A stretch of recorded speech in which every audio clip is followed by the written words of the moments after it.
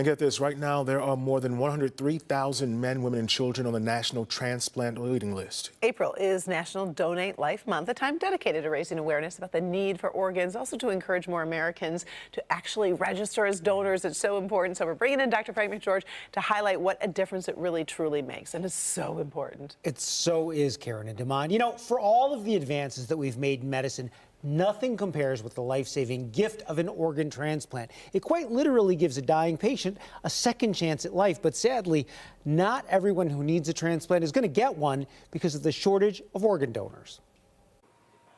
It was a record year. In 2023, organ donors saved more than 46,000 lives, a new milestone in the U.S. But unfortunately, it's not enough. As we speak today, there's more than 100,000 people awaiting organ transplant. Dr. Bashar Akel says another person is added to the organ transplant waiting list every 8 minutes in the U.S., and 17 people die waiting for an organ every day. We always can change those dynamics. You know, we can help more people receive the live organ transplant by becoming organ donors.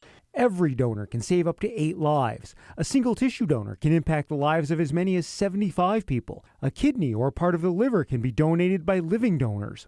The donor usually maintains their quality of life, and interestingly enough, the liver will regrow back to its normal size within less than 90 days. Finally, innovative technology is helping more people than ever receive a life-saving transplant.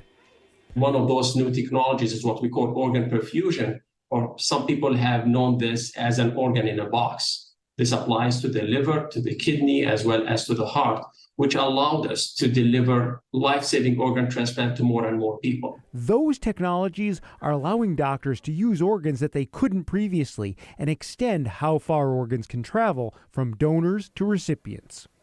Now you can join the Organ Donor Registry online at giftoflifemichigan.org or at any Secretary of State office. Now, Michigan is also the first state to allow residents to join the registry by checking a box on your tax return. Or if you have an iPhone, you can also register through the Health app. Just click on your profile and open the Organ Donation tab. That sends your information directly to Gift of Life. I didn't know about the tax return thing either. That's nice. Yeah, that's pretty cool. Yeah, Innovative. that's really cool.